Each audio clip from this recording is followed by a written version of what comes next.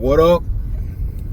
It's the Grandpa MC coming at you with another video. Like, subscribe, share, comment if you like.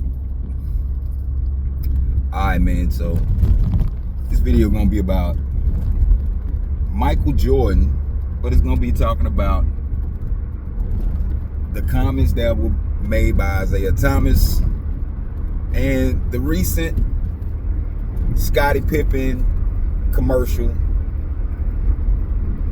that's got a couple of Jordan files kind of ruffled.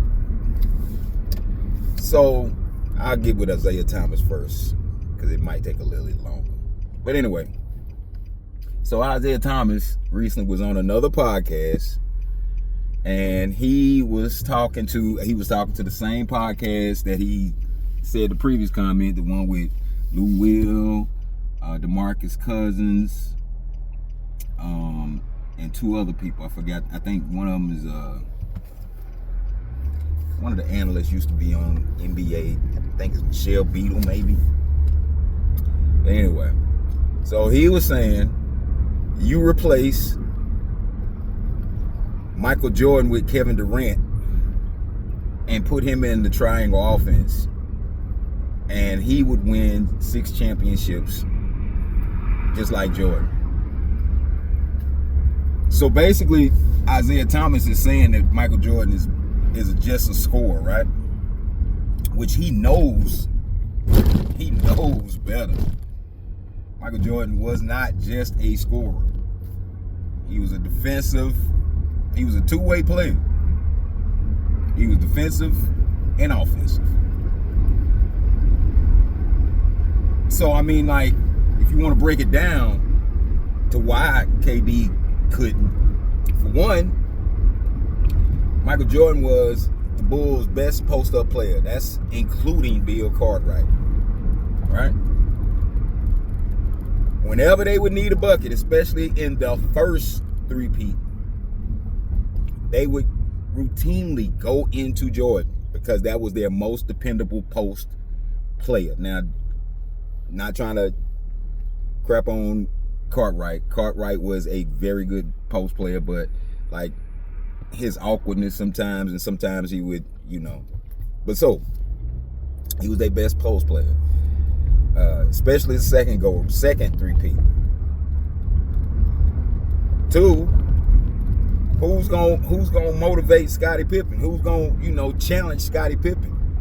Kevin Durant. He can't even challenge Amen Thompson. And just to side on that, Durant fell apart in the clutch again. Free throws wasn't a shot; it was the free throws. Anyway,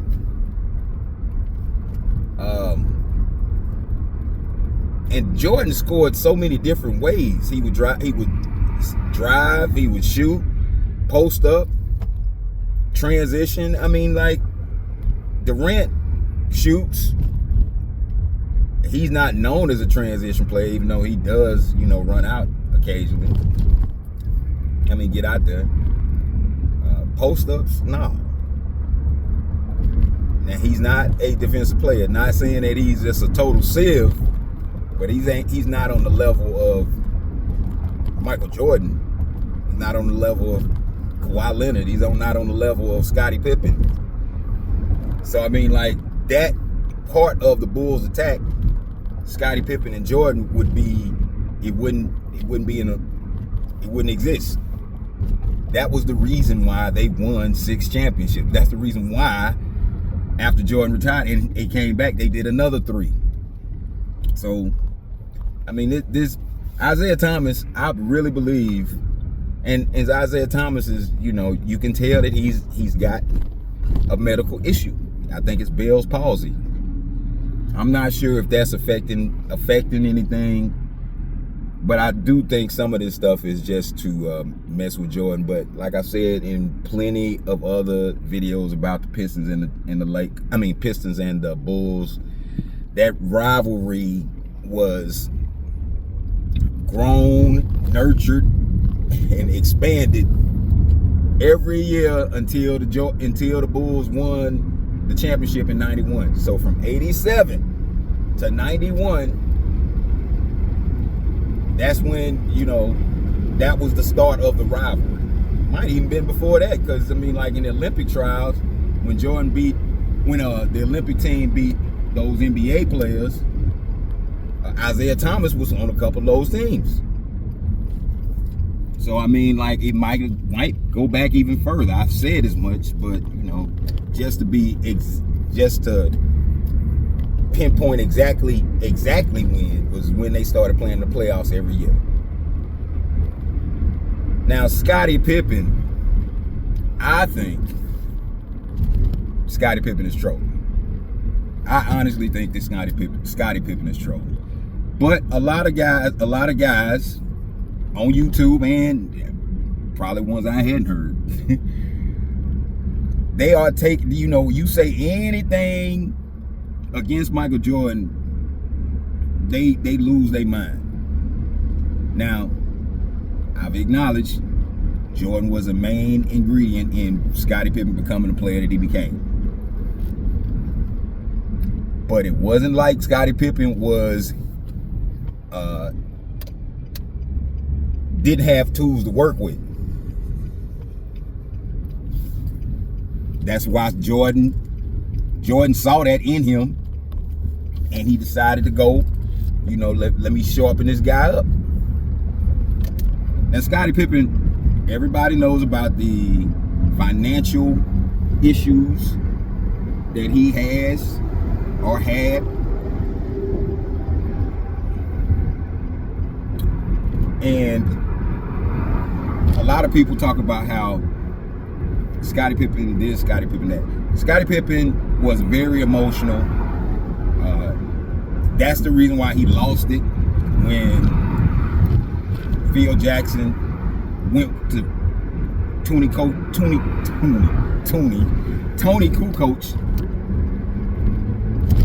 That's why he went to Tony Kukoc in the clutch. I don't think, who knows?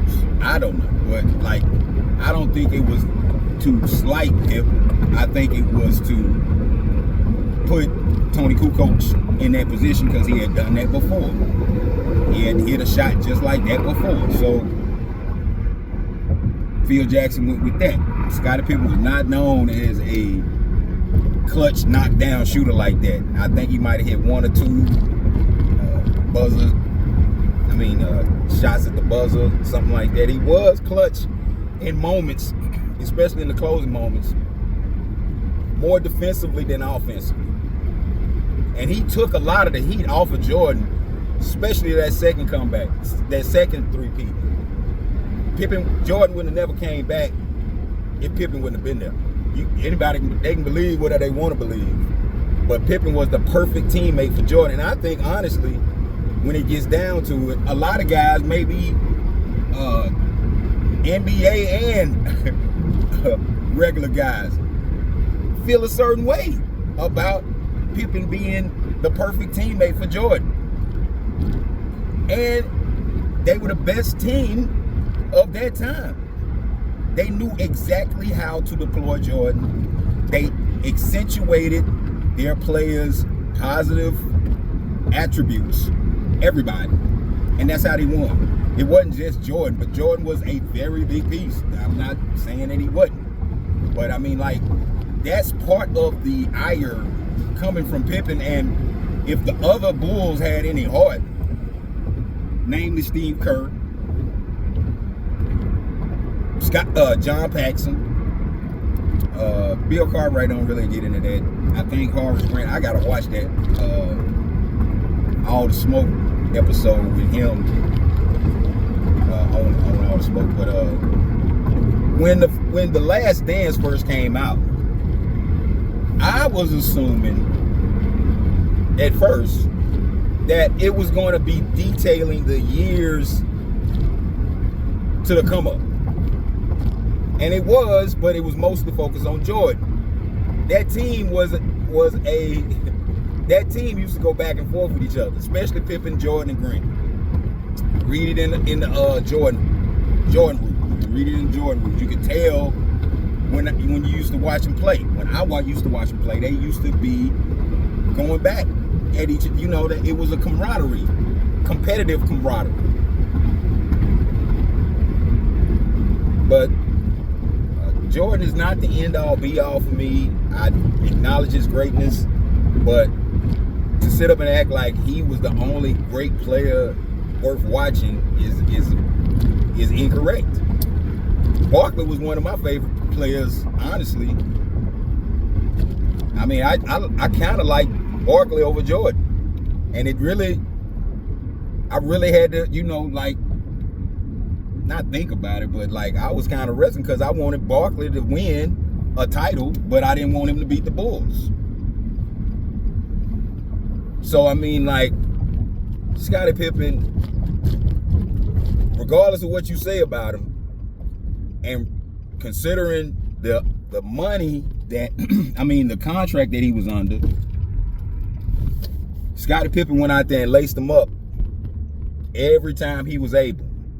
Scottie Pippen, especially in the second three-peat, took a lot of injuries, suffered a lot of injuries. The ankle. He already had a bad back when he came in the league. So, I mean, like, to act like Scottie Pippen is this spineless jellyfish is inaccurate. He is emotional. He's an emotional guy. You gotta go, you gotta understand that. It's emotional guys out there. But, I mean, he was a great player, and if he wasn't if he wasn't great, and if Jordan and him didn't have the cohesion that they had, they would not have won 6 championships, 3 and 3, with a year and a half in between. Or maybe was it 2? Maybe 93. That was the last one they won. Then they won again in 96. So yeah, 2 years. But yeah, man, that's pretty much it on that, man. I just wanted to make another one about this subject. But like I've said before, this stuff is just getting monotonous, but I just had to. So Grandpa out.